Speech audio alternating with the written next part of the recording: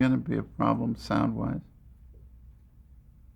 Hi, I'm Dan Pasternak. Today is Wednesday, February the 18th, 2004. We are in the Brentwood home of legendary writer-producer Allan Burns, a man who can turn the world on with his smile, and we're going to talk a bit about television. Well, after a quick wardrobe change, we're here again with Allan Burns. We're going to do some just background biographical stuff to start. Let's just go to the very beginning. What was your name at birth? My name at birth was Allan Burns. No middle name? Middle name that I don't say out loud. Was it It was- Allan P. Burns? It's P, yes, and the P is something you don't even want to know about. All right. Well, I'll let it go. It sounds very affected, so I don't use it. Okay. Did you have any nicknames as a kid? Not really. As a kid, I mean, Al. Everybody would eventually call me Al, or a lot of people. I never liked it much. And once I got to be an adult, I could tell people, don't call me Al. Unlike Paul Simon, you know. Talk about where and when you were born. Born in Baltimore, Maryland, May 18th, 1935. My father was a brilliantly unsuccessful attorney. My mother was a housewife. The last thing in the world I think they ever thought when they looked at this baby was that one day I would be in show business. That would never have been in the cards for me, you know. Any siblings? One brother, one sister, both deceased now, unfortunately. A lot older than I. My brother's 12 years older. My sister was 10 years older. I was not only an afterthought, I think it was a complete mistake that somebody made. Birth control not being as good as it was in those days as it is today. Talk about your growing up, where you grew up, hobbies, interests as a kid. Well, I grew up, I spent the first 12 years of my life in Baltimore, which I don't recommend to anyone. Baltimore was, at that time, I think the dullest city in America. I think it's come along since then, but in those days, it was pretty grim stuff.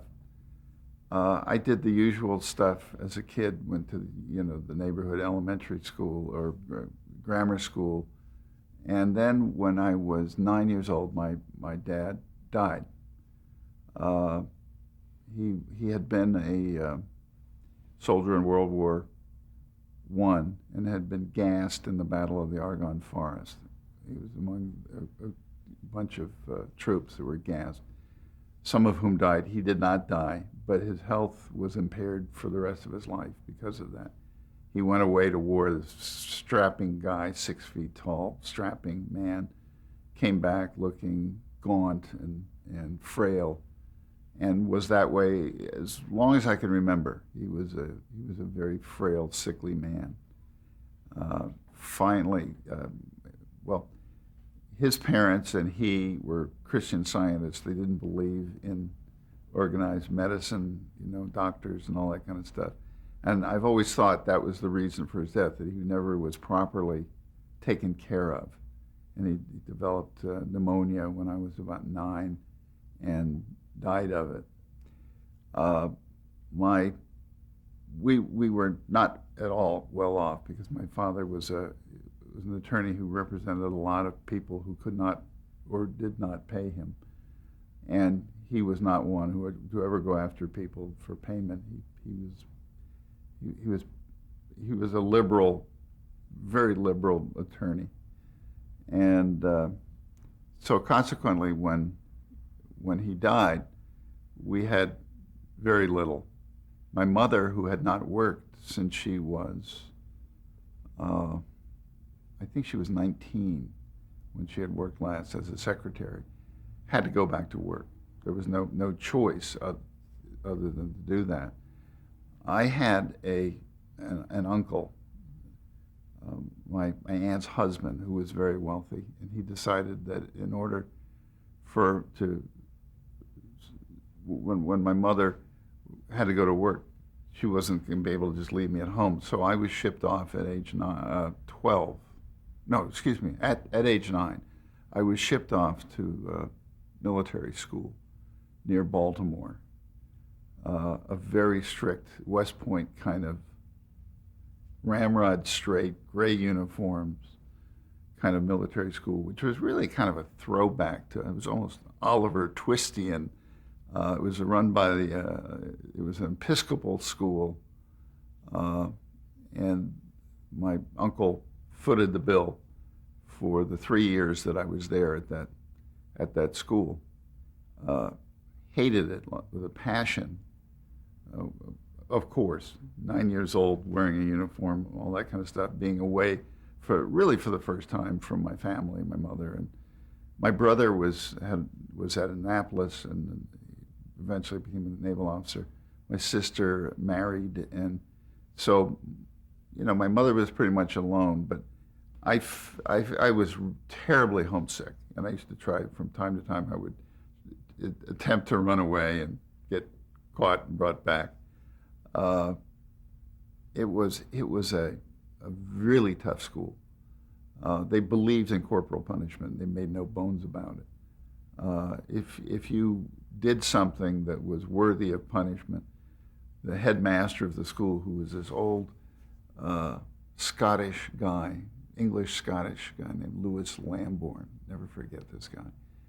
He had a shaven head, rimless glasses, and to my knowledge, never smiled in his life. If you did something really wicked that was worthy of punishment, you were sent to the wood shop, where you would build your own paddle, so you had a chance to think about it. I mean, this is it sounds like it's right out of Dickens, doesn't it? It does. You'd have to build your own paddle. In the paddle, you would have to drill several holes of about the size of a nickel, so that when you were paddled with this paddle, on your bare behind, by the way, you drop your trousers, grab your ankles, and were spanked with this thing a few times healthily. It would leave huge red welts on your round welts, because the holes in it, I guess, made it aerodynamically more perfect, so that the blow became even more painful than you can imagine. They also let the senior students at this school, the officers, exact their own punishments, physically sometimes. And one of the favorite ones, I can hardly believe it as I'm saying this, but this was a punishment. Same kind of paddle, except done with a saber.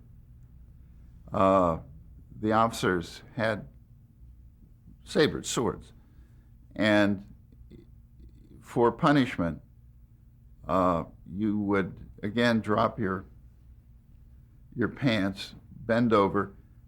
Another student would be positioned next to you with a pillow on his knee, so that when they struck you with this thing, the end of the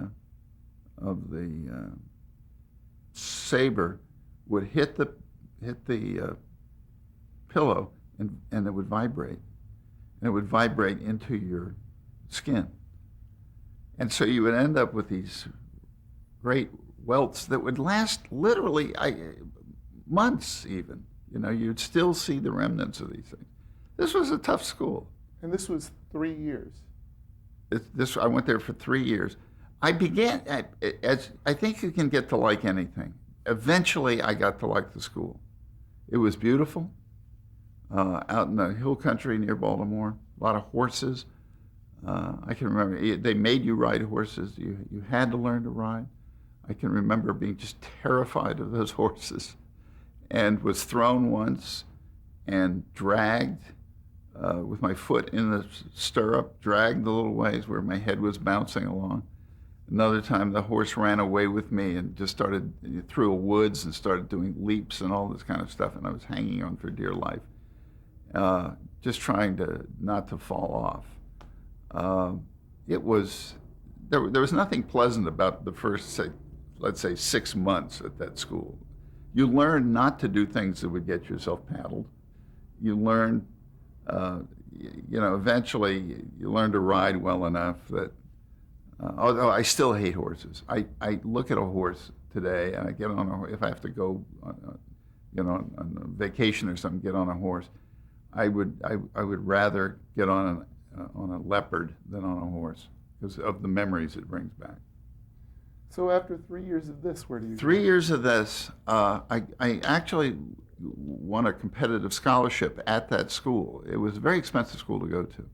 But as I say, my uncle, who was fairly wealthy, was footing the bill. And they had competitive examinations for scholarships. And I took the examination and got one of the scholarships. There were only 2 given each year, and I got one of the scholarships. And at that precise time, my brother, who was in the Navy now and stationed at Pearl Harbor in Hawaii, came back to Baltimore one particularly awful, slushy, cold, miserable Baltimore winter. And if anybody's ever experienced those, you know what I'm talking about. And he brought with him 8mm movies of where he had decided he was going to live the rest of his life, which was Hawaii. And he showed these to my mother and me, and we were just saying, "Oh, boy, does that look good." And he says, "Why don't you come? Because I'm going to get married." He announced to us that he was marrying this girl who was from Honolulu. And he was going to get out of the Navy when his tour was over. This was during the Korean War. And he was going to live there. And if we ever wanted to see him and his children and things like that, maybe we should go live there because he wasn't going to come back to Baltimore. So my mother, who was working as a secretary for the mayor of Baltimore at that time, Thomas D'Alessandro was the mayor of Baltimore, and she had gone back to work, first time since she was 19, after my dad died, and in 3 years had become assistant to secretary to Tom D'Alessandro. Decided she would go to Hawaii. Most courageous thing I could imagine a woman doing with a son with no prospects, and where I had just gotten the scholarship, which would have taken me the rest of the way through this very prestigious school, and said to me, "How would you like to go to Hawaii?" So we got on a train and headed west, through Chicago, picking up the super chief, coming in sleeper and not sleeper cars. We couldn't afford that. We sat in the coach cars, sat in those stiff chairs, all the way across America till we got to Los Angeles, and where my sister was then living with her husband, who was a test pilot, a jet test pilot. This was the early days of jet flying, and he was a test pilot of North American. And we stayed with her for the summer. And then my brother in Hawaii, one way or another, wrangled me another scholarship at a school in Honolulu called Punahou, which is the best thing that ever happened to me in my life. I mean, until Mary Tyler Moore, I guess, or until I got married, probably the best thing that ever happened to me. Why is that? Well, just to go, you can imagine going from Baltimore to Honolulu, number one. From going to a school that was an all-boys school and strict and grim to a fabulous, warm place, and warm in every way, warm in climate, warm in attitude. And Punahou happens to be one of the great prep schools in America, and it's in Hawaii, and people are surprised to know that. But I think academically there is no school. You could take all those schools like those Eastern prep schools, Groton and all that, and put it up against Punahou. Punahou would compete very, very favorably against them. I blossomed at Punahou. I really did. I loved it. I loved girls. I loved the idea of this school, and Yeah, I played all sports, not all that well, but I played them, and was often elected president of the class and all this kind of stuff, uh, because it was just an atmosphere. It was so nurturing, that I absolutely loved it. Living in Hawaii in those days, this is 1948 to 1953, was about as idyllic as you can imagine. It was fairly undeveloped at that point. Tremendously undeveloped. Waikiki had 4 hotels. In the whole of Waikiki, 4 hotels. And we actually, for a while, lived for a while in an apartment in Waikiki, where I could walk 3 blocks and be at the ocean, which was, again, can you imagine the difference for going through cold Baltimore winters and then finding yourself in the winter in Hawaii swimming, and looking at Diamond Head in the distance, and it was absolutely wonderful. Wonderful place to go to school. So, wonderful place to grow up. Being that it was as remarkably idyllic and as removed from really America as you could imagine, talk about how that helped to develop both your creativity as well as just the person that you ultimately became. It's something I've often thought about, because you usually think of people who become comedy writers as coming from really kind of sort of harsh backgrounds, or at least a lot of contention in their lives, and they dealt with their lives with humor. And I've often wondered, given the fact that I had such a pleasant kind of growing up, although I was always the poorest kid in the school. My mother was working again. She worked for an outfit called the Pineapple Research Institute, which was connected to the University of Hawaii. I mean, there was a whole institute given over to the study of pineapples. Is a little bit bizarre, but that was a fact, because Hawaii in those days was the pineapple capital of the world. No longer do they grow pineapples in Hawaii, but in those days, that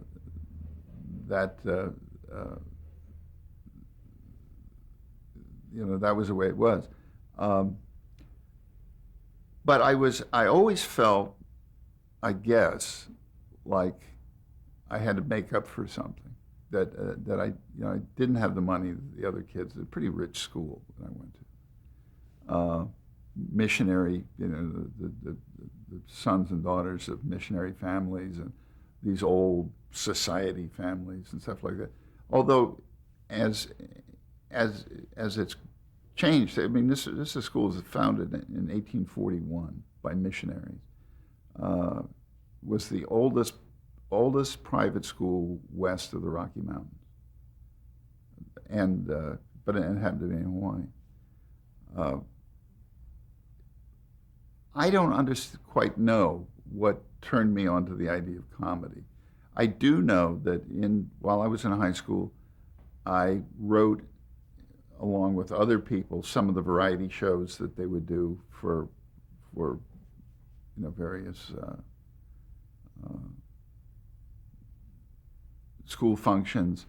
I often chipped in with comedy bits, and I eventually was a cartoonist for the Honolulu Star Bulletin, which was one of the 2 dailies in Hawaii when I was still in high school. You had when you were going to school, you had a choice to, if you were going to work in the summertime and while you were still in high school, you had a choice of working to make any money at all, working the pineapple canneries. And all these guys did, all these from these rich families and everything. Everybody worked in it seemed like everybody, driving forklifts and because we were wanting to work out for football and things like that, lifting these crates of cans, and it was the noisiest, hottest smelliest place in the world, because to smell all day long the scent of cooking pineapple under, being cooked with steam in a place that's already hot and humid. You can imagine how hot it was in there, and then you would hear the clang, clang, clang of cans coming down the chutes to be packed with this pineapple. I couldn't look at a piece of pineapple for years.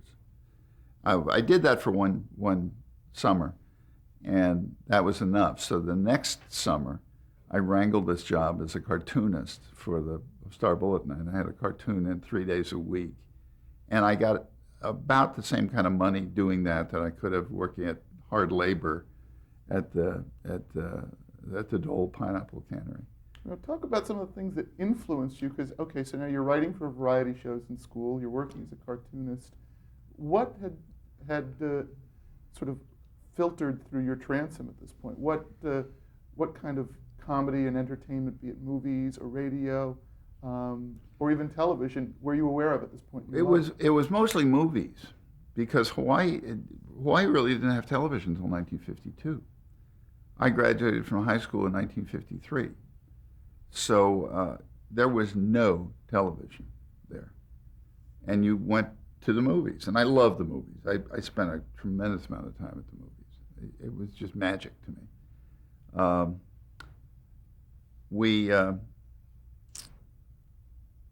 Where was I?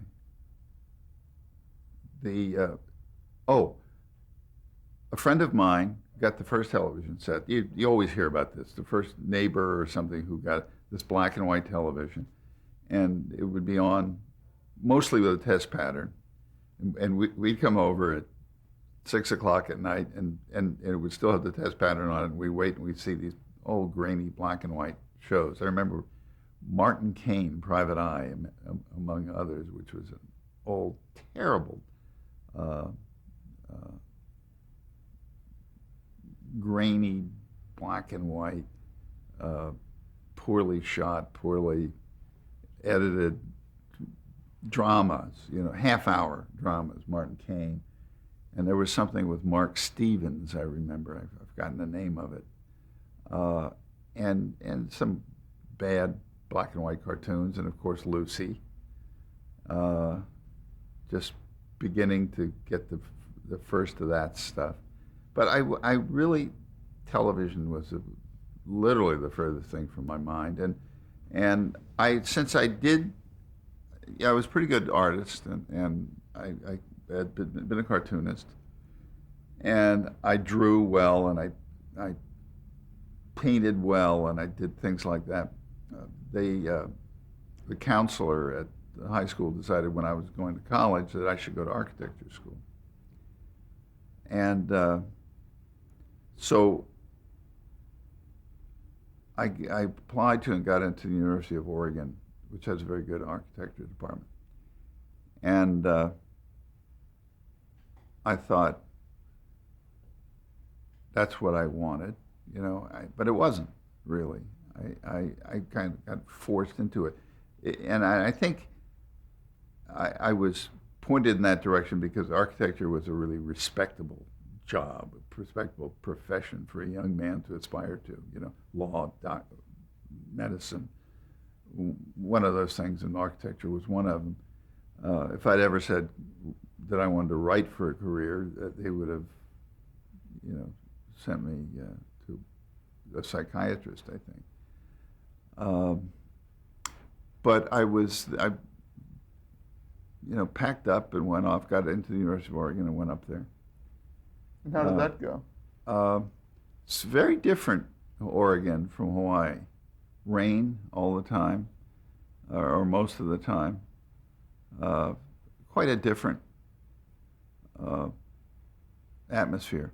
I was a good student in high school, very good student, mostly A's and stuff like that. And the first year of college, I coasted along. Because the prep school education was so good that the first year of college was like an extension of that, or almost a repetition of my last year in high school.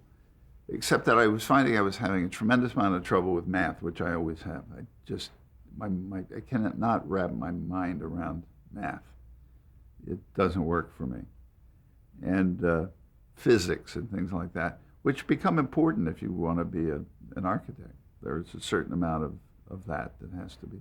And I had all the design qualifications, I think, but very little of the stuff that became the mechanics of being an architect. So toward the end of the second year there at Oregon, which I liked a lot, it was really a wonderful school, a lot of fun. It's small in those days, only less than 5,000 students. It was a great deal of fun, and I had maybe a little too much fun. Joined a fraternity, did all that stuff, drank too much beer, smoked too much, all that stuff, that you do. And my grades began to slip precipitously, and I started dropping my math courses because it was tough. It get tougher and tougher and tougher. And I thought I would save them the trouble of kicking me out by quitting school. How far along were you at this point? It's 2 years. 2 years. And I decided I was going to come to Los Angeles. Now, what were your plans? Why Los Angeles? Because there were a couple of very good art schools here, and I decided art would be more what I wanted to do, or commercial art rather than fine art, because I thought the chances of my becoming a famous painter were pretty slight. But commercial art seemed to be in the cards for me. I applied to and got into Art Center here, and came down in June, drove down in a straight through in this rickety car that I had 21 hours straight driving from Oregon to Los Angeles, where my mother had eventually moved from Hawaii. You said because your sister was living here. My sister was living here, no longer married to the jet test pilot, but she was living here. My brother was still in Hawaii, but had,